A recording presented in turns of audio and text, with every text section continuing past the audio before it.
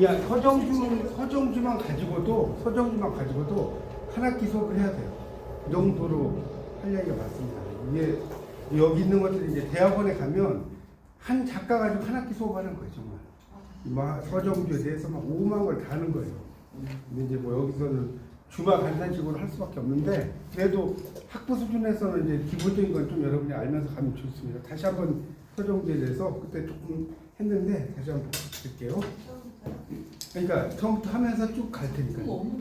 그러니까 알았어. 그러니까 155쪽에 작가 소개 쭉 했죠. 이당에 대한 이야기, 뭐 중앙불교전문학도 했고, 작품색의 특징도 158쪽에 첫째, 둘째에서 화사지, 기촉도 기억나시죠?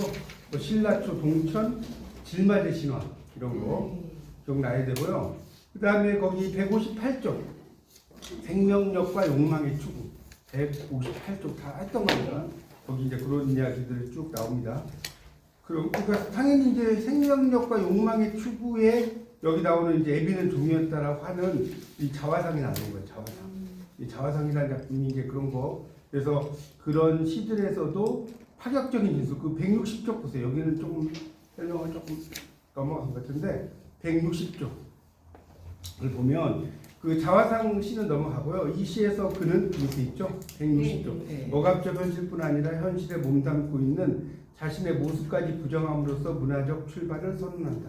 그러니까 이 완전히 일제치하, 억압적 현실이라는 건 일제치하를 가리키는 것이고요. 자신의 모습이라고 하는 건 이제 자기 아버지가 눈감이면 상당히 높은 직책이에요. 그렇죠? 그 당시에. 근데 애비는 종이었다 이런 식으로 상당히 좀 파격적이지 않습니까? 요즘에도 애비는 종이었다 이렇게 쓸 수 있을까요? 자기 아버지를 쓰기가 힘들죠. 이제 이분이 이제 워낙 유명하니까 우리가 쓰면 안 되겠죠. 그래서 현실에 대한 부정을 통해 자식의 확고한 단초라는 건 실마리라고 써서요. 단초가 뭔지 헷갈리면 실마리 단초라고 하는 거예요. 클루라고도 하는데, 그러니까 우리가 맹자의 사단 이런 거 있잖아요. 사단 그 단이 실마리 단자예요. 사단이라고 할 때 끝단자 있잖아요. 하여튼 그런 의미 실마리를 가리키는 거예요. 그래서 이런 파격적인 진술이 다른 시에서도 등장한다는 거예요. 예를 들어서 벙어리, 문둥이, 안진뱅이는 어때요? 상당히 좀 뭔가 부족한 사람이죠. 벙어리, 말 못해. 그렇죠? 그렇잖아요. 문둥이는 이제 문둥병이라고 하잖아요. 안진뱅이. 이런 타자적 존재들의 강렬한 육성, 이런 거, 그러니까 불구의 몸이죠. 이런 존재들을 많이 이야기를 해준다는 거예요. 그러니까 그런 사람들이 결핍, 거기 보면 자신의 근원적 결핍에 대한 인정을 통해 자기 확인의 욕망. 그러니까 제가 그 이야기 했잖아요. 그 꽃마을에 갔는데 내가 뛰어놀기에는 우리들이 놀기엔 너무나 작은 하늘, 뭐 이런 시집을 썼다. 기억나시죠? 그런 그 한 약간 내성마비의 환자인데 그런 걸 쓰더라고요. 그래서 자기가 이렇게 말하면 옆에서 불러주면 그걸 적어요. 우리는 뭔 소리인지 못 알아듣겠어. 근데 그걸 적어서 그게 시가 되더라고요. 하여튼 그런 걸 이야기하는 겁니다. 그래서 그 160쪽의 마지막 단락에 보면 강렬한 생명력의 표현이 동물적 본능의 특성을 보여준다. 이런 것이. 그러니까 이 화사라는 작품 같은 경우가 대표적인 동물적 본능의 꽃뱀이잖아요. 그러니까 여러분 화사라는 게 서정주의 대표적인 작품인데 왜 화사가 중요하냐면 여러분 꽃뱀을 보면 꽃이라고 하는 것은 어때요? 미죠. 네. 꽃뱀을 추라고 할 수는 없죠. 꽃뱀은 사실 죄송한데 꽃뱀 못 봐갖고요. 꽃뱀 못 봤어요. 꽃뱀이 아니 저 뱀인데 이쁜. 네, 뱀인데 색깔이 있어요. 그 색깔이 뭘 찾아보시면 돼. 꽃뱀 촬영 미술이 나오는데 하여튼 이 꽃이라는 것은 아름다움의 상징이고 뱀이 예쁘진 않잖아요. 네. 추의 상징. 네. 그래서 이 꽃뱀을 왜 서정주가 이야기냐면 미추의 개념. 그래서 우리 극단 미추도 있는 것처럼 미의 개념과 추의 개념 이런 것들을 이제 동시에 가진 존재. 추가 추상할 때 추자. 아니 추할 추자. 추할 추자. 그러면 추할 추자는 이렇게 쓰는 거예요. 추할 추자 이렇게 써. 술 먹은 귀신. 술 먹은 귀신 취하겠죠. 하여튼 그런 이제 쓰는데 어쨌든 미추의 개념으로 쓰는 겁니다. 미추. 하여튼 그렇게 이제 보시면 돼요. 그래서 생명력의 추구하면 미추고 그 다음에 이 꽃뱀 화사를 생각하시면 좋겠습니다. 이제 그런 것들을 알아두시면 좋을 것 같아요. 그래서 이제 161쪽으로 가면 161쪽 보세요. 거기 초록색으로 써진 거 보면 시인불학지는 필자의 창간한 바로서 우리들의 중심과제는 생명의 탐구. 그러니까 이게 무슨 파예요? 생명파. 여러분 생명파를 또 다른 파로 무슨 파라고 하는지 아세요? 생명파는 생명파는 다 알잖아요. 생명파를 또 다른 말로 몰라요? 인생파라고 합니다. 인생파라고 하는데 인생을 이야기하잖아요. 생명파는 누구 있어요? 누구? 바로 나오셔서 이치환하고 서정 주잖아요. 근데 하나가 더 있어. 제가 저번 시간에 한번 이야기했을 텐데 그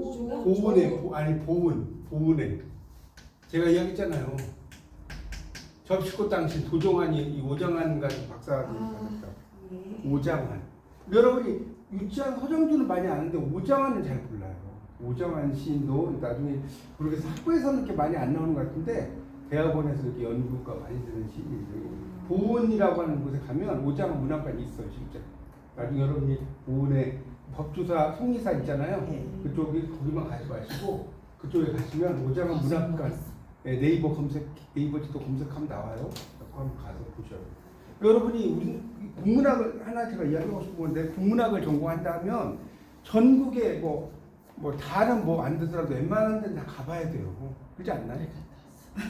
한 군데도 안 가도 아니 한수는 문학관도 안 가고 다 국문과 다닌다 할 수가 없잖아요. 김수영 문학관 이런 데 가서 막 느끼셔야 한다니까 진짜. 그래서 해설사님의 설명을 우리 이번에 어디 가요?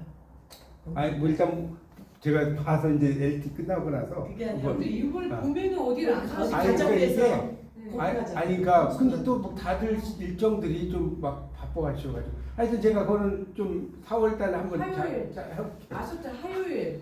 아니 제가 일단 보세요.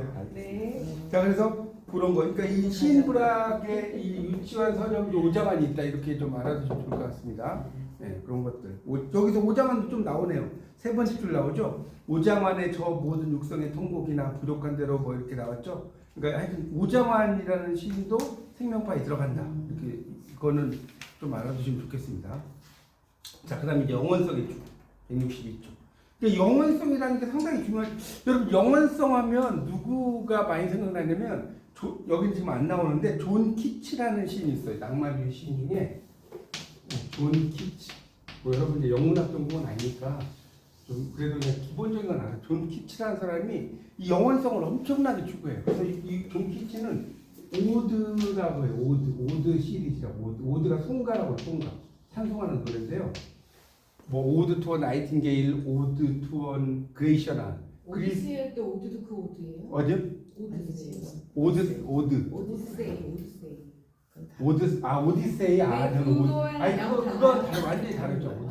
오디세이는 그냥 사람 이름이고 율리시즈 그 오디세이를 말씀하시는 것 같은데 그 율리시즈는 이제 호머라는 그리스의 시인이에요. 그러니까 눈 시인인데 저희가 이제 신화의 세계 이번에 율리시즈 그러니까 오디세이야 그거 가지고 이제 과제를 하는데 읽어도 뭔 소리인지 모르겠어요. 거기 이제 문학교환과에 이제 이준석 교수님이 그거의 대가예요, 대가. 일리아드 오디세이로 이제 번역했는데 어쨌든 옆으로 갔는데 하여튼 존 키치가 이 사람 28살 죽고 짧게 이야기로 28살에 죽었는데요. 정말 이상 정도밖에 나이 안 돼. 30이 안 돼 죽었는데 이 존 키치의 작품을 읽어보면요. 어떻게 이런 걸 썼을까? 그리스 항아리에 붙이는 노래, 나이팅게일에 붙이는 노래, 이런 식으로 썼는데, 그리고 가을에 붙이는 노래, 그런 게 있어요. 그래갖고, 그런 걸 읽어보면 정말 깊어요. 제 말이 거짓말인가? 아닌가? 여러분이 존 키치 이렇게 했고, 오드 시리즈 한번 찾아보세요. 근데 이 존 키치가 이제 어떤 이야기를 하냐면 그 이야기를 하려고 그래요. 영원성에 대해서. 여기는 이제 안 나오는데, 그래서 여러분이 공부를 많이 해야 되는 거예요. 이 존 키치가 어떤 말을 하냐면, 이거는 써놓으셔도 되고, 한 사람이 피리를 불면 한 사람이 피리를 불 거 아니에요? 피리를 불면 그 소리는 금방 사라지지만 필요하세요. 한 사람이 여러분 누군가가 피리를 불어. 그럼 그 소리는 금방 사라지겠죠. 사라지잖아요. 피리를 불면 사라질 거 아닙니까? 근데 변하지 않는 피리의 선율은 영원히 존재한다. 변하지 않는 피리의 선율이 영원히 존재한다. 그러니까 피리를 불면 그 소리는 사라지지만 그 남아있는 소리가 지구 어디로 막 계속 흘러갈 거 아니에요. 맞죠? 그 소리는 당장은 여기서는 없어졌겠지만 점점점 다른 곳으로 막 움직여질 거 아닙니까? 그렇게 이야기를 해요. 그래서 이 존 키츠를 여러분이 난 국문학과인데 키츠 몰라도 이게 아니에요. 여러분 키츠 정도는 기본적으로 우리는 뭐 영문과는 이거 다 원어를 공부해요. 이거 우리말로 읽지도 않아요. 여러분 국문과인데 뭐 우리말로 된 걸 읽으면 어렵지 않잖아요. 하여튼 그래서 이제 그런 영원성은 존 키츠도 있다. 그렇게 알아두시면 좋을 것 같고요. 그래서 이제 서정주 씨의 또 다른 핵심 주제는 영원성이다. 162쪽입니다. 그래서 이 테마 주제는 보편성과 시간성이라는 이름으로 바꿔 설명할 수 있다. 영원성이란 용어로 함축하려고 했던, 그러니까 그 뜻을 포함하려고 했던 내용이 보편성에 가깝다. 그래서 이제 영원성 이런 것들을 서정주가 이야기를 하고 있다. 뭐 이렇게 이해하면 이제 밑에도 막 써놨지만 영원한 순간이여 영원하다 뭐 이런 말도 있지 않습니까? 계속해서 영원함에 대한 추구. 그러니까 이거는 제가 볼 때는 뭐 이거는 정확한 건 아니지만 서정주가 일면 이 사람 이분이 막 문학 작품 되게 많이 읽었잖아요. 키츠를 안 읽었겠어요? 이건 제 추측인데 존 키츠를 읽지 않았을까? 저는 그런 생각이 들어요. 그래서 서정주 작가가 되게 막 프랑스 작가, 막 영국 작가, 미국 작가를 다 읽었어요, 실제로. 그래서 키츠의 영향력, 저는 이제 키츠 뭐 영문학을 전공한 사람 보면 키츠를 공부를 했다는 생각이 들어요. 지금 제 추측이지만. 그래서 163쪽에 보면 계속해서 영원성을 나오잖아요. 뭐 어쩌고 저쩌고. 그래서 이제 거기 세 번째 줄에 보면 여기도 밑줄 치세요. 서정주 시에서 그거 찾으셨죠? 서정주 시에서 영원성은 대체로 꽃, 별 등 자연물의 이미지를 형성한다. 그렇죠. 여러분 별이라고 하는 것은 영원하잖아요. 그죠? 별이 떴다 졌다. 꽃도 영원하죠. 꽃도 이게 이렇게 생각하시는데 지금 좋은 질문하셨는데 피고 또 지고 피고 끝나는 게 아니잖아. 피었다가 또 지는 거 이게 계속해서 반복하는 거잖아요. 꽃이라는 게 우리 사람은 그냥 한 번 피었어 살았어 그럼 죽잖아요. 근데 꽃이라는 것은 그 자리에 있는 것이 피었다 졌을 뿐이지. 그래서 그런 말이 있어. 세세 연년 화상사로되 연년세세 인부동이라. 이 말 아세요? 해마다 꽃은 서로 같지만 그리고 많이 공부해. 해마다 꽃은 서로 같지만 해마다 사람은 서로 같지 않다. 그러니까 이렇게 좀 원어로 읽어야 좀 있어 보이잖아요. 회장님 이럴 때는 약간 구조주의자와 탈구조주의자의 뭐 그렇게, 개념 아니겠어요? 그렇게 볼 수 있죠. 이미지가 지금 우리 총무님 이미지와 우리 회장님 이미지가 다르잖아. 아 그래요? 그렇죠. 영화성과 약간 아니, 순간성. 그러니까 순간성인데, 그러니까 순간성이지만, 그러니까 그거는 뭐 순간성이라고 할 수가 없는 거예요. 꽃은 피었다가 졌지만 다시 그 자리에서 피는 거기 때문에 사람은 뭐 물론 이제 부활의 개념으로 보면 뭐 영화성일 수 있지만 일반적인 개념으로 보면 수능에서 이렇게 얘기했다가 다 망하는 거죠. 그렇죠. 수능은 회장님처럼 해야 돼. 그러니까 수능에서 딱딱 떨어져야 되는데 우리가 이제 뭐 수능 보는 건 아니니까. 네, 근데 그렇죠. 특별하게 보기는 반대요. 네. 피고 지고로 보통 생각을 하는데. 그러니까 피고 진다는 네, 건데, 그러니까 그게 피고 지는데, 그거는 영원성의 개념으로 볼 수 있는 거예요. 그러니까 왜냐하면 사람은 죽었다가 다시 뭐 이렇게 뭐 그런 개념은 아니잖아요, 그렇죠? 그런데 꽃은 그 꽃이 장미꽃이 있어. 그 작년에 핀 꽃이 또 이렇게 올라가는 거니까 거기서 싹이 또 올라가는 거니까. 하여튼 뭐 그런 개념으로 여기서 이제 그런 관점에서 꽃을 쓴 거죠. 그렇게 이해하시면 될 것 같습니다. 그래서 이 상리과원이라는 작품은 읽어보세요. 이건 되게 긴 작품이니까 스필 형식으로 작품이니까. 하여튼 이제 이런 식으로 그래서 이제 제가 저번에 한번 설명드렸죠. 영원성의 주제가 이제 이 서정주는 자연에서 이제 하나 찾았고 또 하나 이제 여성 그 왜 여성은 계속해서 그 아이를 낳을 수 있잖아요. 아이를 낳는 존재 뭐 그런 개념으로 이렇게 쓴 것 같아요. 그래서 여성도 영원성으로 이제 봐요. 그래서 그 눈이 여성이 없으면 이 아이가 뭐 그렇죠 여자의 몸에서 나는 거잖아요. 그래서 그런 개념으로 그 영원성을 이제 이야기를 하는 거예요.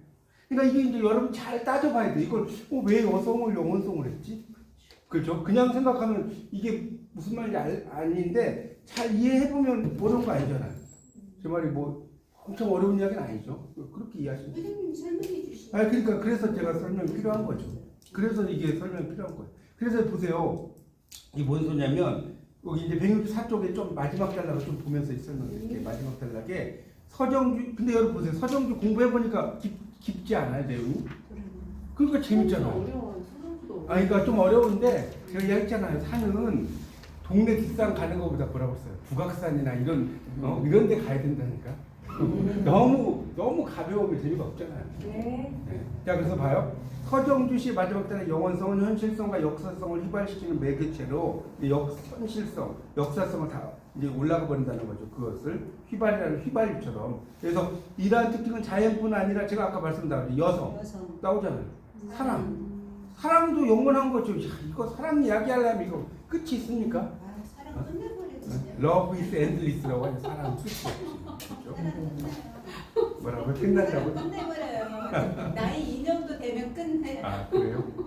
아니 그래도 자 그래서 이제 오른쪽에 보면 이제 서정주의 시에서 여성성은 인고의 세월을 뛰어넘은 누님 이게 이제 바로 국화 옆에서에 나오는 누님이에요. 그러니까 이게 뭐냐면 써봐요. 내 이제는 돌아와 거기다 좀 써보세요. 이제는 돌아와 거울 앞에 선 내 누님 같이 생긴 꽃이요.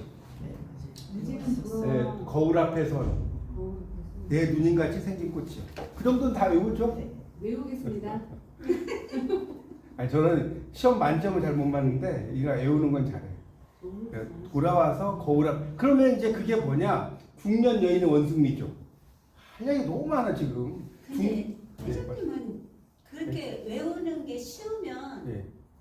고위 공무원 정도가 아니 뭐 고위 공무원 고위 공무원이 진짜 외우기만 잘하면 되거든요. 아니 또 그거하고 또 다르니까 저는 또 아니, 진짜. 그거 안 해도 뭐 먹고 사니까.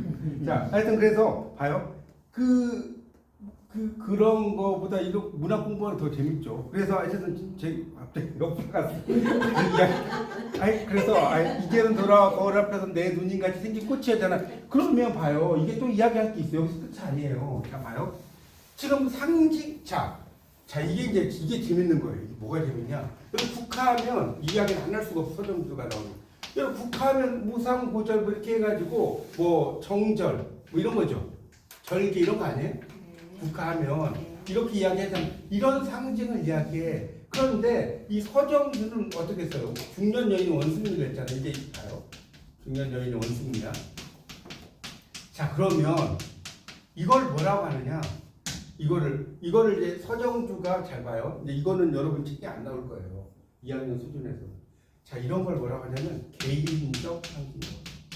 서정주 개인의 상징을 만들어 버렸어. 맞나요? 여기까지 이해가요? 일반적인 상징이 아니고 개인적 문화 되게 재밌잖아요. 공부하면 개인적 상징. 자 근데 이걸 좀 더 유식한 말로 어떻게 하냐? 이걸 좀 더 유식한 말로 상징의 자. 야, 여기 뭐가 들어가요? 세 글자. 상징에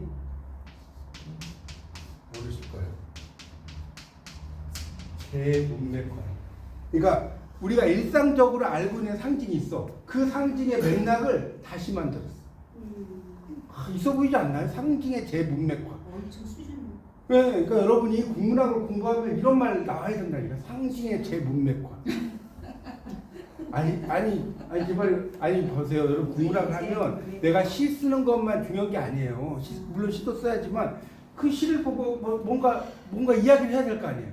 아 좋다, very good, excellent, 스고이 데스네 이럴 거예요. 아니죠. 그래서 그러니까 평동가다운 말. 그렇죠. 그런 말 집어들. 할지 아니 근데 이게 어렵다고 하면 어려울 수 있지만 멋있지 않나요 말이? 네? 상징의 제문맥화, 개인적 상징. 뭐 아까 존 키치 막 이야기했잖아. 한 사람 피리를 불면 그 소리는 금방 사라지지만 변하지 않는 피리의 선율은 영원히 존재한다. 얼마나 멋있어요. 문학은 이렇게 무식해야 돼. 무식하게 막 외워야 돼 막.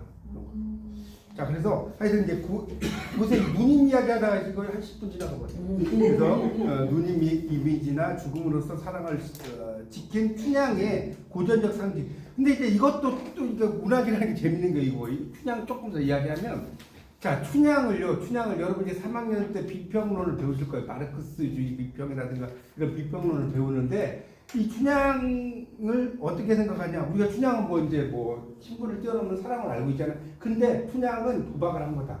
이게 마르크스주의 비평 이런 걸 가면 춘향이 그 수청을 안 들고 이렇게 고개 갇힌 거 알잖아요. 도박한 거다. 그렇게 나와요. 그렇게. 그러니까 뭐냐면, 그러니까 올인한 거야. 올인 이몽룡한테. 이몽룡이 뭐 급제를 하면 자기를 구해줄 거고 아니면 그냥 죽는 거잖아요. 맞죠? 그렇게 이걸 이건 제 말이 아니에요. 마르크스주의적 비평으로 보면 춘향이 그렇게 숙청을 거절하고 이렇게 한 거는 그런 마르크스주의적 비평이다. 그래서 그런 관점으로 볼 수도 있어요. 이해 가십니까? 네. 하여튼 그런 이야기 나중에 배우실 거예요. 비평은 또 들어가는. 그래서 이제 뭐 그런 이야기들 합니다. 여성 이미지 이런 걸 통해서 영원성의 추구를 이야기할 수 있다. 자연, 여성 이런 영원성이 이제 신라초 공천에서 이제 이야기가 되고요. 그 다음에 이제 불교, 아까 이야기했지만 제가 저번 주에 이야기했지만 서정주는 불교 공부를 했어요. 실제로 불교학 공부를 했습니다. 요즘으로 말하면 불교학 공부를 했기 때문에 불교적 지식이 해박해요. 서정주. 그래서 봐요. 신라 역사를 탐구했죠. 자, 그래서 이제 신라초 뭐 이렇게 썼고 신라를 영원성이 관료하는 세계. 그러니까 신라는 뭐 천년의 수도 뭐 이런 말이 하잖아요. 신라인들 풍류적 삶을 구현한 화랑도라고 하는 것 자체가 여러분 그러니까 우리가 재밌는 게 꽃미남이라고 하잖아요. 꽃미남의 원조가 화랑이에요. 네. 꽃하자에 산에 랑자 쓰잖아. 네. 재밌지 않나요? 벌써 옛날에 꽃미남이 있었다니까. 화랑. 질문 있습니다. 예, 말씀. 그럼 찬기파랑가의 예. 기파랑 뭐 역사의 인물인가 아니면 하나의 기파랑 역사의 인물이죠, 당연히. 기파랑 충담사가 이거 옆으로 들어가면 끝도 없는데 저는 충담사가 이제 충성스러운 이야기. 그러니까 충담사라는 말이 이렇게 질문이 나와야 공부는 재밌는 거예요. 그러니까 이 강의라면 그냥 예를 들어서 너는 진짜가 이러면 재미가 없는데 이 발은 너무 재밌어. 충담사가 이 충성스러운 이야기잖아요.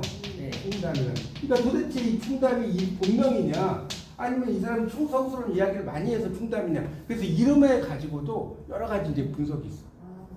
충담 맞잖아. 본명일 수도 있지만 이 사람은 충성스러운 마음을 이야기를 많이 했어. 그러니까 예명이 될 수 있는 거잖아요. 필명이 될 수도 있고. 충담사인데 찬기파랑가가 나오잖아요. 그러니까 열침에 나타난 달이 흰구름 쫓아 떠다니는 것 아니냐. 여러 저침에 나타난 달이 흰구름을 쫓아서 떠가는 것 아니냐. 새파란 다리에 기랑의 모습이 있어라. 이게 무슨 말이냐면 다 외우죠 저희는. 이 찬기파랑가가 충담사가 지었어요. 근데 이게 뭐냐면 찬기파랑가 이런 거예요. 요즘으로 말하면 내과에 갔어. 내과에 가서 내가 이렇게 그 얼굴을 이렇게 세면이라고 하죠. 딱 세면을 하려고 하는데 누가 보여? 누가 보여? 아니 자기 자신이 아니라 그 기파랑이 보인다니까. 새파란 다리에 그 기파랑의 모습이 있다고 나온다니까요. 새파란 내과에서 예, 그렇죠. 그래서 본인이 기파랑이에요? 예? 아니야, 딴 사람. 뭐가 기파랑 제가 못 들었어요. 본인이 기파랑이냐? 본인이? 그 비춰본 사람. 아니 붙여본 사람이 기파랑이 아니라 아니죠. 충담사가 지었다니까. 충담사가 찬 기파랑가를 지었는데 이 찬 기파랑가를 지었을 때 느낌인 거지. 충담사의 느낌. 그러니까 내가 이렇게 내과에서 이렇게 세면을 하려고 딱 보니까 충담사가 하려고 보니까 그때 기파랑이 보였다는 소리예요. 그러니까 시적 화자가 1인칭 화자라고. 1인칭 화자. 뭔 말 이해한가요? 다른 사람이 보였다고요? 그렇죠. 기파랑이 보였다는 거예요. 본인일 수도 있잖아요. 아니 이게 이게 다 봐요. 이것도 옆으로 가는 거. 봐요. 기파랑이 이게 참 기파랑가가 기파랑이 진 게 아니라니까. 충담사가 지었어요. 근데 당연히 기파랑이 자기는 게 아니라 충담사가 진 거라니까. 근데 이제 이 사람이 워낙 흠모하는 거예요. 기파랑 흠모를 해서 내과에서 그렇죠. 그 내용 내과에서 그렇죠. 나르시시즘점 같은 건데 결국은 이제 이걸 가지고 이 찬기파랑가에 막 해석이 막 감론을박하는 거예요. 이거는 그냥 순수한 남자들끼리도 이게 뭐 사랑은 아니지만 그런 뭐라고 그러죠? 흠모. 그러니까 이 사람 뭐라고 남자들끼리 뭐라고 그래야 돼? 그러니까 이 사람을 존경이나 합시다. 존경. 첫 번째는 두 번째는 이건 동성애다. 이렇게 또 보는 학자들이 있어. 왜냐면 이 남자들끼리 뭐 얼굴을 하는데 막 그 기파랑의 모습이 보일 정도면 문제가 심각한 거 아니에요? 갑자기 사과점 생각났어요. 그렇죠. 그렇게 연결되는 거예요. 이제 가대님하고 회장님하고 수업을 좀 보내서 아시겠죠? 재밌게 그 공부를 보세요. 고전을 왜 하는지 알겠어요? 참 기파랑하고 다 연결되잖아요. 그러니까 근데 이제 이런 정도가 되려면 여러분 정도는 안 돼요. 좀 더 공부를 하셔야. 저는 이제 많이 했으니까. 그러니까 그러면 연결이 돼. 창립하는 거하고도 연결되고. 자, 하여튼 그렇습니다. 자, 옆으로 가서 제가 갔고요. 다시 이제 보세요. 그래서 이제 신라의 역사를 참고를 하는데 165쪽 얼마나 재밌습니까? 이거 보세요. 그래서 영원성, 신라는 영원성이 1000년을 갔으니까. 그리고 이제 또 재밌는 거는 신라 시대는 여러분 봐요. 우리나라의 왕 중에 여왕이 있었던 시기가 신라 말고 있어요? 여왕 한번 따져보세요. 신라 시대. 네? 신라 시대 뭐 선덕여왕, 진덕여왕, 진성여왕 3명이나 있었죠. 네. 맞죠? 없어. 조선 왕조의 왕이 다 남자 여자고 있어요. 한번 따져보세요. 태종, 태조, 문단세 거기 다 따져보세요.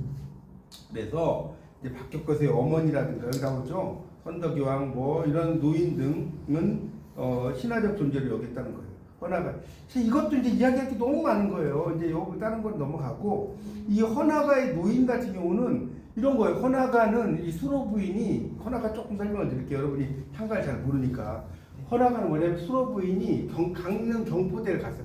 강릉에 가면 헌화정이 있어요. 진짜로 모르셨죠? 강릉에 가면 헌화정이 있고 여러분 삼척에 가잖아요. 수로 부인 그 문화공원이 있어요. 삼척 여러분이 나중에 삼척에 가시면 동굴방 가지 마시고 제가 가봤거든요. 기가 막혀. 삼척에 가서 여러분 이 수로부인 공원인가 까먹었는데 거기 안 가면 말이 안 돼. 너무 좋아. 엘리베이터를 막 타고 올라가잖아요. 완전 딴딴 펼쳐져.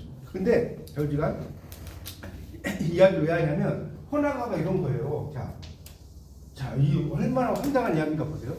자, 수로부인이 있어. 수로부인 남편하고 이제 강릉 경포대 남편하고 경포대 요즘 만나면 그 바닷가에 이제 앉아 있었어. 휴식을 취하고 있었어. 남편하고. 그런데 이 산 그 벼랑 꼭대기에 뭐가 있냐면 철쭉꽃이 있어. 철쭉꽃이. 벼랑 꼭대기. 철쭉꽃이 있으니까 수로 부인이 저 꽃을 나 갖고 싶다. 딱 그랬어요. 그러니까 그때 마침 그 암소를 끌고 가던 노인. 이 사람이 누구냐면 견우노옹이라고. 암소를 끌고 가는 늙은 그렇죠. 늙은 할아버지. 그러니까 제가 예전에 이걸 시험을 한번 냈어요. 암소를 끌고 가던 늙은 할아버지가 뭐냐면 암소노입니다. 암소노. 그래서 웃었는데 견우노옹 이렇게 읽어야 돼요. 이 견우노옹이 이 암소를 팽개치고 여기 가서 꺾는데 장비도 없이 가죠. 놀랍지 않습니까? 그래서 이 암소는 아마 부인이 아닌가. 자기 부인하고 가다가 부인 팽개쳐놓고 이 수로부인 되게 예뻤어요. 너무 예뻐가지고 막 바닷가에서도 데리고 가고 그랬어. 수로부인 너무 예뻐가지고 얼굴이. 그런 얘기거든요. 그래서 이제 이 암소의 존재가 누구냐? 그리고 이 노옹의 존재가 누구냐? 그래서 이 견우노옹의 노옹이 또 어디에 나오냐면 그 헌화가에도 나오고 또 다른 데서 나와요. 그래서 그 거북이들이 이 수로부인 너무 예쁘니까 어떻게 해요? 납치해버려요. 수로부인 바닷속으로 거북이들이 납치를 해. 그래가지고 왕에게 데려가니까 9595 출수로 거부가 수로부인을 내놔라.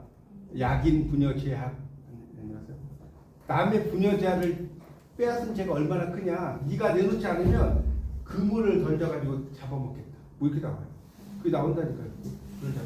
그래서 그러니까 결국은 이거를 맨손으로 가가지고 그 자기 목숨을 담보로 가는 거죠. 네. 뭐 클라이언트 죽을 거 하나도 없다니까. 그냥 이걸 올라가는 거예요. 이렇게 늙으니까.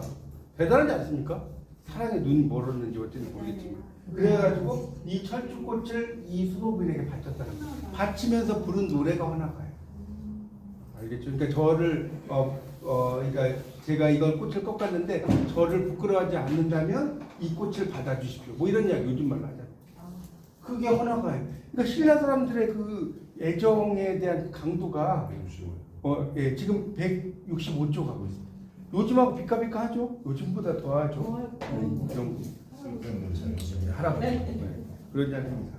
그래서 이제 그런 영원성에 대한 이야기들을 쓴 거예요. 백주열 선생 거기 헌화가 노인이 신화적 존재를. 그러니까 도대체 이 노인이 실제 노인이냐 이해가죠. 여러분도 생각하시기에 그렇게 신화적 존재로 볼 수 있다. 그리고 선덕여왕이 보여주는 뭐 이런 그 배려들도 영원성의 결과다. 하여튼 여성은 다 영원성이라고 이야기를 했습니다. 그렇게 이해하시면 되겠습니다. 그래서 넘겨보세요. 그래서 이제 그 다음 달 166쪽에 그 두 번째 단락도 볼게요. 그러나 평단의 비판에도 영원성의 세계를 절대화하고 역사와 삶을 예술로 하는 경향은 동천. 동천이라는 말이 뭔 뜻이냐? 겨울 하늘이라는 뜻이에요. 겨울 동자에 한자 쓰면 이 정도 쓰지 알죠? 하늘천지. 겨울 하늘이라는 뜻이에요. 그래서 이 동천이라는 게 그런 뜻입니다. 그래서 이제 핵심적 역할을 하는 게 불교의 인연설, 윤회설이죠. 윤회설 뭔지 알잖아요. 그래서 인연설과 윤회설은 모든 존재가 시공간을 초월해서 어울린다는 거예요. 그런 이야기죠. 그래서 제가 저번 시간 좀 이야기했잖아요. 한 송이 모란꽃으로 피어 있었다. 인연소라죠. 기억나죠? 그 166쪽에 내가 모란꽃이 되고 모란꽃이 사람이 되고 뭐 이런 거 아니었어요? 그게 바로 인연소라조라는 거예요. 언제든가 나는 한 송이의 모란꽃으로 피어 있었다. 한 예쁜 처녀가 옆에서 나와 마주보고 살았다. 그 밑에 있는 것들 쭉 읽어보면 여러분 뭐 제가 다 읽을 수 없으니까 시간 관계상 결국은 넘겨보세요. 168쪽. 그래서 거기 보면 첫째 줄에 그래 이 마당에 있죠. 이 마당에 현생의 모란꽃이 제일 좋게 핀 날 처녀와 모란꽃은 또 한 번 마주보고 있다만 허나 그러나 벌써 처녀는 모란꽃 속에 있고 전날의 모란꽃이 내가 되어 보고 있는 것이다. 시가 보통 실력이 아니죠. 그러니까 나는 모란꽃이 되고 모란꽃은 내가 됐다는 거예요. 그러면서 보게 되는. 그래서 이제 이 168쪽에 보면 나오죠. 모란꽃과 나는 하나의 고정된 실체가 아니라 끝없는 윤회의 계기를 상징한다. 모란꽃이 내가 되고 내가 모란꽃이 돼. 그러니까 계속 변하는 거야. 동시먼적 구조라고 할 수 있지 않겠어요? 모란꽃하고 나라고 봅시다. 처녀죠. 그러니까 처녀 모란꽃이 처녀가 됐어. 다시 처녀가 모란꽃이 이렇게 됐어. 윤회를 꼭 기억해야 되겠네. 그렇죠. 윤회를 기억해도 당연히.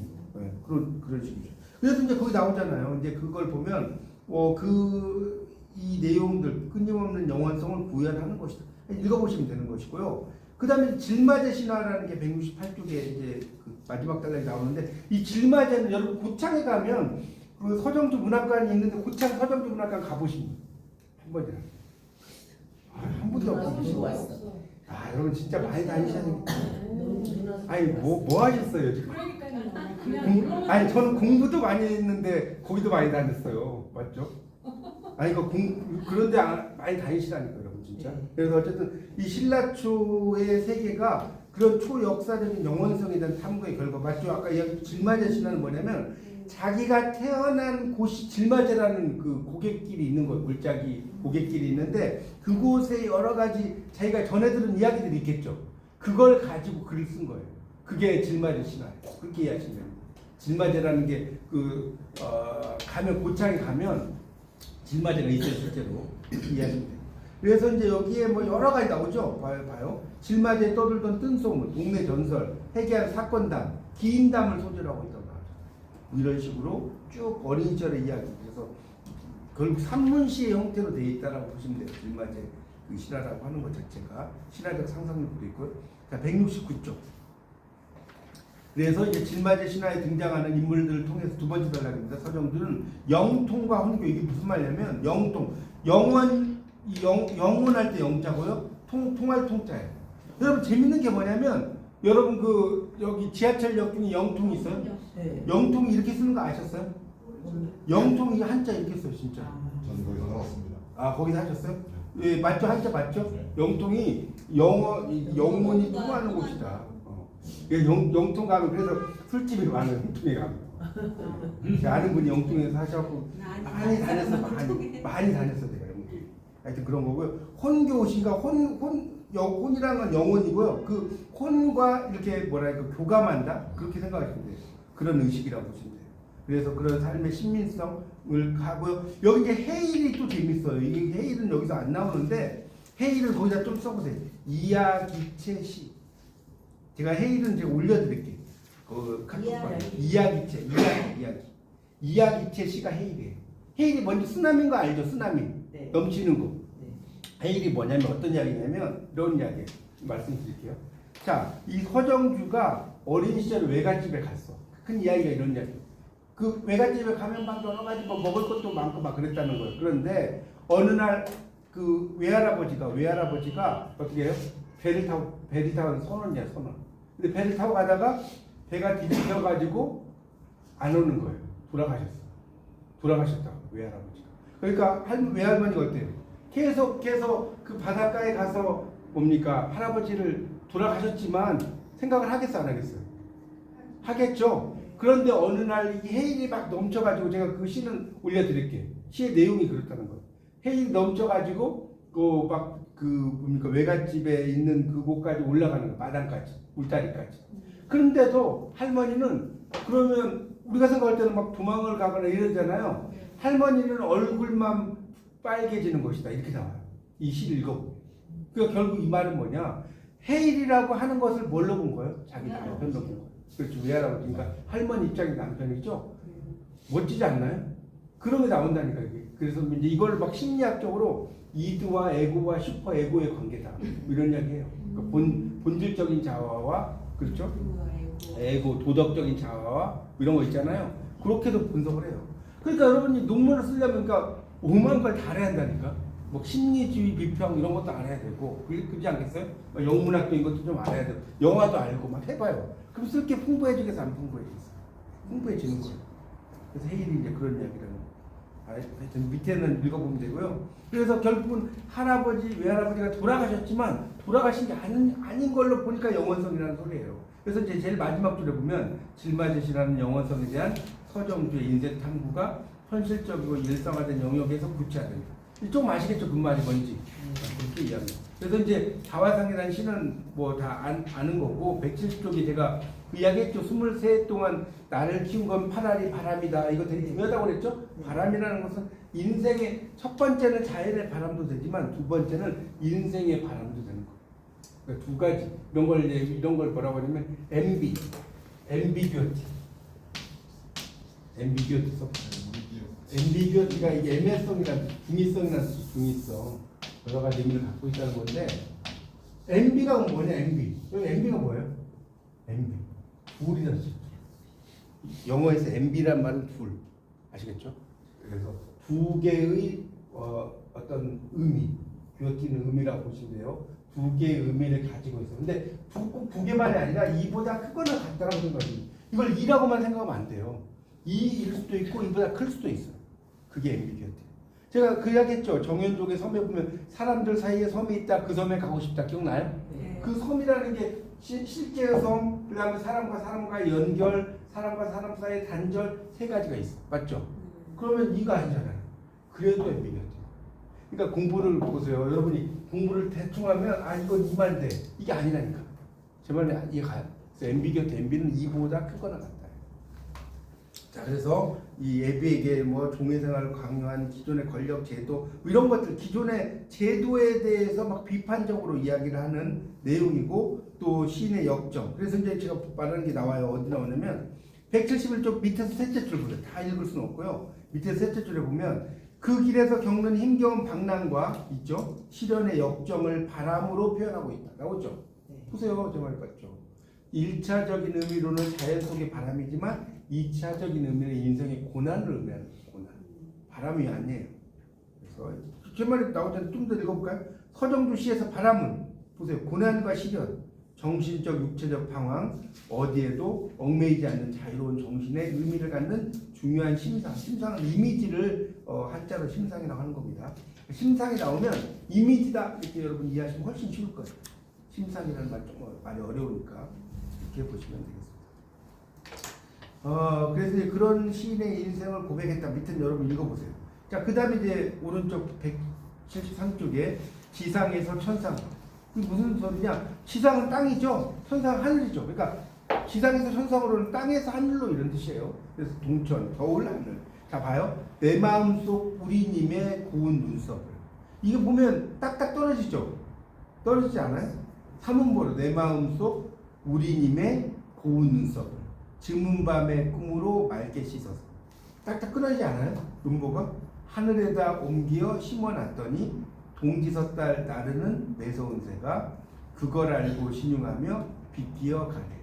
그러니까 이 딱 보니까 내 마음속 우리님이 하니까 이거 뭡니까? 8인가요? 내 마음속 우리. 그 다음에 고운 눈썹에서 5 맞죠? 즈문 밤의 꿈으로. 그러니까 이런 거 뭐라고 하냐? 이런 걸 뭐라고 하죠? 7-5조라고 하는 거예요. 7-5조. 이런 걸 전문 용어로 뭐라고 한다? 나보기가 역겨워 가실 때에는 몇 조예요? 나보기가 7이죠. 맞잖아요. 가실 때 5죠. 7호죠. 그러면 이제 여러분이 내 마음속 우리님에는 8인데요?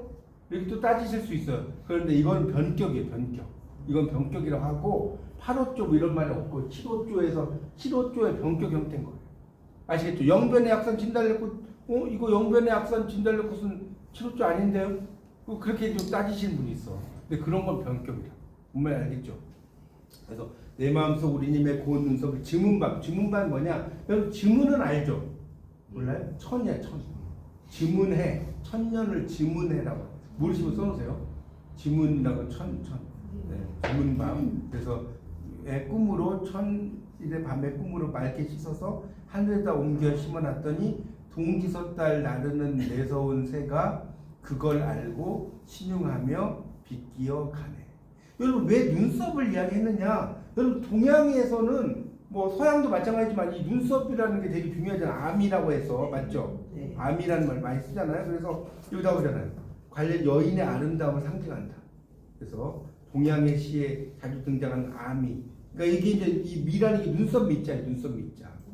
이 아라는 건 나방 뭐 이런 눈썹인데, 하여튼 그러니까 이 눈썹이 이렇게 약간 아치형을 그리는 눈썹을 암이라고 하는 거예요. 여인의 상징을 뜻하고요. 또한 눈썹은 시각적 유사성 기초 초승달, 그러니까 그 눈썹은 봐요. 여인의 눈썹이 이렇게 생겼잖아요. 이렇게 생겼다고 칩시다. 근데 이런 모습은 초승달의 모습이죠. 그렇지 않나요? 뉴문 그렇게 이해하시면 이 눈썹에서 끝나는 게 아니라 초승달. 아름다운 여인의 상징이자 초승달을 암시하는 대상으로 눈썹은 이중의 의미. 자, 이중의 의미 영어로 뭐라고 한다고요? 금방 했어. 그렇죠. 앰비규어티. 여러분 이중의 의미 딱 나오면 앰비규어티. 그러니까 여러분 국문과 다니면요 영어를 알 필요는 없어. 영어 막 문장을 샬라샬라 외울 필요는 없어. 근데 뭐 해야 돼? 이런 용어들을 어디 가서 이야기해줘야지. 이런 걸 뭐 중의성 이런 거보다 이런 게 앰비규어티야. 이것도 그냥 앰비규어티가 아니라 앰비규어티. 막 이렇게 강세까지 넣으면 더 좋죠. 앰비규어티입니다. 자, 이중의 의미. 자, 그래서 눈썹의 의미를 기억하면서 읽어보자. 이 시는 삼음보는 알겠죠? 음보 내 마음 속에서 끊어보세요. 이렇게 쫙 끊어봐. 내 마음 속 우리님의 고운 눈썹 삼음보. 음보가 뭐냐? 꼬리에 걸음걸이. 이걸 음보라고 하는 거예요. 음보 영어로 뭐라고 하냐? 푸시라고 하는 거예요. 영어로 진짜 푸시라고 해요. 꼬리에 걸음걸이. 맞죠? 그래서 삼음보라는 거예요. 그래서 길이는 짧지만 고도의 압축과 상징. 이 시에서 내 마음속에 자리한 님의 모습 가운데 신의 마음을 끊는 게 뭐예요? 고운 눈썹이야. 맞죠? 고운 눈썹. 그 눈썹을 지문밤의 꿈으로 씻는다는 거예요. 표현은 아주 기가 막히지 않습니까? 지문밤은 천일의 밤이니까 헤아릴 수 없을 정도로 수많은 밤. 그러니까 실제로 천일의 밤만 의미하는 게 아니라, 알겠죠? 무슨 말인지. 뭐 길은 외줄기 뭐죠? 남도 300리 뭐 이러면 300리가 아니잖아요. 길다는 거지. 이것도 마찬가지다. 그래서 지문밤은 이런 거다. 지문이라는 말의 부드러운 어감은 이거를 예를 들어서 천일의 밤의 꿈으로 맑게 씻어서 이러면 좀 눈치가 안 나지 않나요? 예, 지문밤을 쓴다는 거예요. 그래서 부드러운 어감은 님의 고운 눈썹이 신비로운 밤의 꿈으로 씻기어서 승화되는 승화 동그라미 승화라는 거는 올라간다는 거죠. 여러분 승화의 대표적인 시가 뭔지 아세요? 승화하면 딱 끝도 없네. 승려 뭐죠? 조지훈. 맞아요. 조지훈의 뭐예요? 승무. 이제 승무. 승무까지 아시네. 자, 그럼 승무에서 자 문제. 승무에서 승화라는 말의 의미가 드러나는 구절을 이야기해보세요. 뭐 나비래라. 아니 나빌레라 그거 얇은 사이야 그거 이야기하려고 했죠. 하얀 국가는 고이 접어서 나빌레라 파르라니 깎은 머리 박사 국가에 감추고 두 볼에 흐르는 빛이 정작으로 고와서 서러워라. 뭐 이거 아닙니까? 잘 보시죠. 세상에 시달려도 세상 일에 시달려도 번뇌는 별빛이다. 이게 승무원 거예요. 이해 안 가요? 승무를 치는데 세상 일에 시달려도 번뇌면 이거 힘든 거잖아요. 벌빛이 돼버렸어. 승무가 됐어야 됐어. 어려운 말이 번뇌를 별빛을 승화시켰잖아요. 승화가 영어로 뭐냐? 수블리메이션. 이런 말도 알아두는 거예요 그냥. 수분이 여러분이 제가 영문학 박사니까 승화가 이게 초월이랑 좀 그래서 초월은 좀 다르지. 초월은 그걸 넘어가는 거, 승화는 그걸 멋진 말, 초월은 좀 달라. 초월은 그냥 그거를 넘어가 버리는 거고, 종교는 뭔가를 초월한다고. 승화는 뭐냐면 힘든 것을 좀 더 좋은 것으로 이렇게 바꿔버린다는 거. 그게 좀 다르죠. 승화랑 그거 좀 달라요. 이해가시죠? 예를 들어서 이런 거예요. 승화라는 예를 들면 이런 거예요. 어떤 애가 되게 막 깡패 같은 스타일이 있어. 그럴 수 있죠. 깡패 조폭 같은 애야. 근데 그거를 얘가 운동을 열심히 해. 그런 일을 안 하고 운동을 열심히 해버리면 그걸 어떻게 승화시켜버린 거죠. 내가 막 이렇게 막 악하게 가는 것을, 그런 걸 수블리메이션이라고. 그러니까 번뇌라고 하는 것도 별빛으로 승화를 시켰다는 거. 이렇게. 그래서 다시 이제 교재 보면 이런 게 승화라는 겁니다. 습기와 승화가 되는 과정이다. 주문밤으로 씻긴 눈썹, 그렇게 해서 뭐가 돼요? 달이 되어 하늘로 올라간 눈썹은 간절한 사랑의 상. 야, 이 시가 이렇게 복잡해. 이게 지금 봐요. 눈썹이라는 게 사랑의 상징물이고, 쉽게 범접할 수 없는 초월적 사랑의 기표. 여기 기표와 기는 뭔지 알죠? 네. 몰라요? 기표와 기가 뭐예요? 한번 이야기해 보세요. 기표는 언어고, 그리고? 기는 간념과 의미. 그렇죠. 네. 맞아요. 우와. 네. 소시는 기호 상담. 그러니까 저기 뭐지요? 국어학교를 잘 공부하셨어. 기표라고 하는 기표와 기는 뭐냐면 이런 거예요. 기표는 쉽게 말하면 나무라는 말을 써. 나무. 그 나무라는 것을 떠올려. 이렇게 생각하면 돼요. 왜 스니피에는 알죠? 소시가 말하는. 그래서 나무라는 말이 기표고 나무라는 것을 떠올리는 게 기의예요. 이렇게 이해하십시오. 이거 다 배웠던 거예요. 국악교면서. 그래서 이제 그런 걸 이야기하는 거예요. 자, 그래서 이제 쉽게 범접할 수 없는 초월성 사랑의 기표를 보고 혹한의 하늘을 나는 매서운 새도 그 기세에 눌려 눈썹의 모양을 흉내내며 비스듬히 스쳐 지나가. 표현이 기가 막히지 않습니까? 그러니까 쉽게 범접할 수 없는 초월적 사랑이라는 거예요. 이게. 그러니까 혹한의 하늘을 혹한의 하늘 겨울 하늘이니까 날아가는 매서운 새도, 그래서 시 전체의 상징을 생각할 때 눈썹이 뭘로 가요? 하늘의 달로 되고 간절한 사랑의 상징물이 되는 과정이다. 여기서 중요한 역할을 하는 것은 시적자의 행위다. 자세히 살펴보면 씻어서 옮겨 심는 시적자의 능동적 행위를 통해 눈썹과 다른 절대적 가치를 부여받게 돼. 눈썹이 결국 달로 바뀌어버리는 거예요. 눈썹으로 끝나는 게 아니고. 그렇죠? 그리고 또 밑에 봅니까? 시적자는 지상과 천상을 넘나드는 자유로운 권능을 소유한 소재다. 나오죠? 그러니까 얼마나 멋집니까? 그러니까 눈썹을 천년의 밤에 꿈으로 씻어서 하늘에다가 심어놨더니 그게 이제 초승달이 되고 초승달 초월적인 사랑이 되고 이 동지선달 나르는 매가 그걸 알고 비껴간다는 거예요. 표현이 이게 5줄밖에 안 되는데 시가 보통 실력입니까 이게? 한번 봐보세요. 제 말씀. 여러분 서정들을 그래서 뭐 서정은 국가협회에서 이것만 서정들이 잘하는 거 전혀 수준이 다르죠. 그게 다가 아니라는 거죠. 그렇게 알면 됩니다.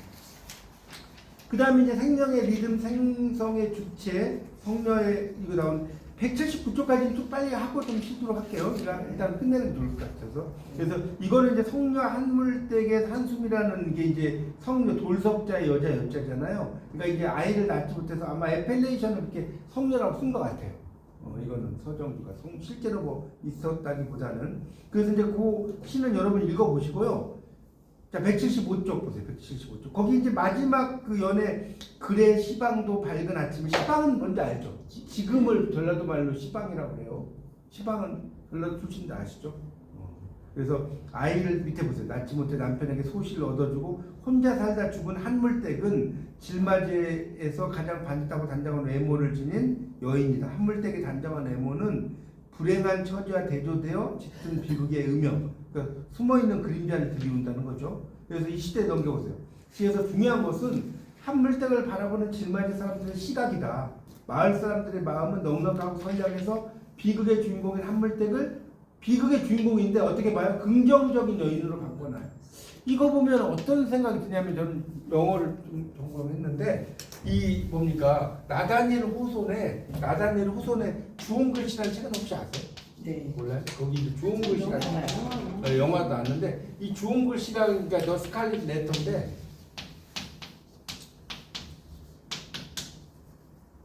그러니까 옛날에 이 A라는 글자를 써. A라는 글자. 그러니까 이 헤스터 프린이라고 하는 여자가 그 아더 딤즈데일 목사가 있어요. 그 목사와 사이에서 뭡니까? 그 로데 칠링워드가 이제 남편이었는데 이 사람이 막 뭐 약초캐로 가고 막 그러는데 그 사이에서 펄이라는 아이를 정말 알겠죠? 헤스터 프린이라는 여자가 따는 그 목사님과 사이에서 펄 진주죠 진주 아이를 낳아.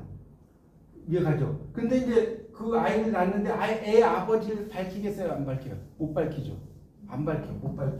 그래서 어떻게 하냐? 벌이 뭐냐? 그 청교도 시대에는 A라는 글자를 쓰고 그 광장에 있는 거예요. 스칼렛 랜턴을 보면 막 나와요. 막 한 10줄 돼요. 뭐 어스롱 비얼드 맨, 인사이드 칼러 가먼스 나오는데, 그러니까 그 사람들 앞에서 A가 뭐냐? 어덜트거든. 이 어덜트가 뭐냐? 가늠면. 그런데 이게 나중에 헤스터 프린이 되게 좋은 일을 많이 해요. 뭐 이거 나중에 책 읽어보세요. 그래서 A가 뭘로 바뀌냐? 에인절로 바뀌어요. 처음에는 가늠이라는 글자였는데 이게 뭘로 바뀌어? 천사라는 의미로 바뀌어. 뭐 이거 가지고도 막 영문학 공부하면 막 몇 시간 공부해요. 수홍구 씨가 낙인이잖아, 낙인. 그죠, 낙인이 낙인. 낙인을 찍히는데 그 A라는 글자가 나중에 에인절의 의미로 바뀐다. 천사의 의미. 그것까지 모르죠. 이건 일반인. 그러니까 여러분 왜 공부를 왜 여러 가지 하는지 아시겠어요? 깊이가 수홍구 공부하려면 알게 많네. 많죠, 당연히. 그래서 다시 이제 보세요. 그래서 이제 긍정적 요인을 바꿔서 이 마을 사람들이 이 지날 때 무신들을 뒤집히는 것은 알 수 없는 힘 때문이다. 여기 힘. 그리고 한물대기 사람을 묶이는 막강한 힘을 가졌다. 그러니까 되게 그 불쌍하고 힘든 존재를 되게 이제 긍정적인 존재로 바뀌게 만드는 뭐 이런 걸 이야기하는 거 읽어보면 그렇죠? 그래서 이제 그 다음에 보세요.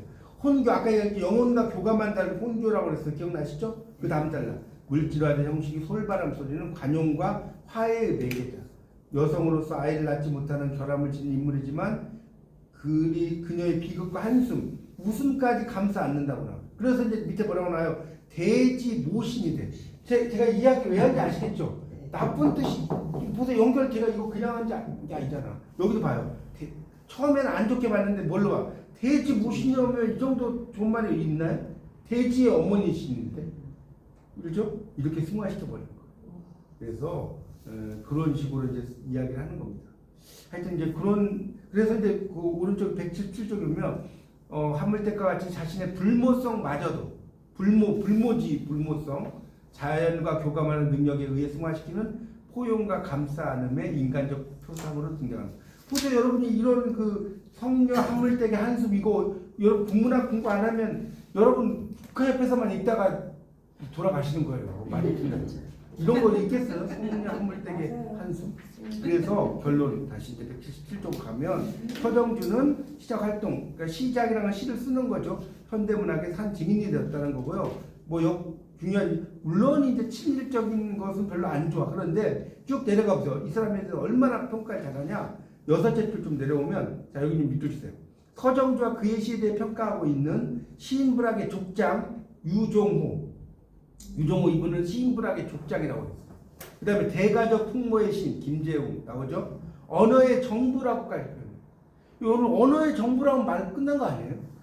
이렇게 표현합니다. 그래서 무게를 짐작합니다.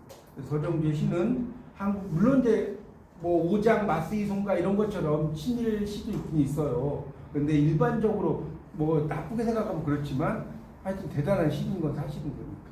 그래서 서정주의 시는 현대시의 미학을 구축한 전범 모범이라고 써주세요. 모범 같은 말이에요.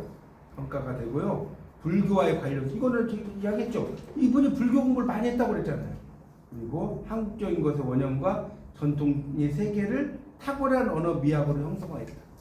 뭐 이런 식으로 씁니다. 그래서 정말 이 서정주 씨가 공부하면 되게 깊어요. 저도 이제 서정주 씨 이렇게 막 발표를 좀 하려고 그 공부하고 해보니까 야, 이 장난이 아니더라고요, 깊이가. 우리가 여기서 그냥 나오는 거 빙산에 일가거든요. 그래서 178쪽 둘째 줄. 서정주는 한국의 시의 역사에서 시적 언어의 세련을 달성한 시인이고요. 탁월한 상상력, 뛰어난 언어적 감수성 기술은 문학적, 이거 여기도 밑줄 좀 치세요. 178쪽 둘째 줄부터 원동력이다까지 이런 거 다 중요합니다. 그리고 좀 더 읽어서 전통과 불교적 사유, 생각의 바탕을 두고 있어서 언어의 시적 세련을 달성했고요. 또 내재된 운율, 균형과 질서 자연스럽게 조성된 그 밑에 건 몰라도 되지 위에 걸 잘 보시고 그 다음에 이제 그 다음 달라 문학사적 성과 나오죠. 그의 행위와 현실 역사의식에 대해서 논란이 있죠. 친일행위. 자, 체제 순응주의 기억나요? 친일행위를 그렇게 이야기한다고 그랬고 그리고 이제 뭐 이런 제후광 찬양도 했습니다. 그러니까 이게 참 제후광 찬양이에요. 전두환 정권이었죠. 친일행위와 독재 정권에 대한 찬양 등의 이거를 문화 외적인 문제로 배제하고 평가만 대상으로 평가할 것인가 아니면 분리하지 않고 같이 볼 것이냐 지금도 논란이 많아요. 근데 문학이랑 삶이랑 다른. 그러니까 이제 그런데 이제 그것도 학자들마다 보는 눈이 다르니까 제가 저번에 그랬잖아요. 그 어떤 사실에 대해서 관종이냐 뭐 정말 열심히 하는 사람이냐 예를 들어서 그렇게 보는 것처럼 그거의 서정주에 대해서 시인에 대해서도 그렇게 학자들마다 의견이 달라요. 이건 답이 없어요. 답은 없습니다. 그래서 마지막 단락 할게요. 서정주 연구에서 부각되는 쟁점은 아까 영원성도 동그라미 다시 나옵니다. 영원성. 서정주 씨의 주제 가운데 하나 영원성에 대해서 두 가지 주시작. 이거 볼게요. 하나는 그의 영원성이 탈속, 속세를 벗어났다는 거예요. 탈속이라는 게 근원적, 무시간적, 시간이 없는 공간을 표현됨으로써 보수성과 현실 초월성을 드러내는 지표. 지표라는 기준으로 이해하시면 돼요. 기준. 지표란 말이 어려우면 179쪽이 넷째 줄. 영원성이 주목을 할 수 있다는 겁니다. 그래서 맨 마지막에 서정주를 당대 모더니즘의 반대편에서 모더니즘의 실험을 뛰어넘는 자기 해체를 밀고 나간 시인으로 높이 평가하며 그의 문학이 지닌 미적 근대성에 주목한다. 그러니까 모더니즘으로 끝난 게 아니라 모더니즘의 실험을 넘는 자기 해체. 원래 이제 해체라고 하는 것이 이제 그 영어로 디컨스트럭션이라고 하는데 그러니까 이 컨스트럭션 구성이고요. D라는 건 이탈의 전치사예요. 이탈. 그러니까 구성에서 벗어났다는 건데 이런 것을 이야기하는 대표적인 해체주의자가 누구냐? 뭐라고?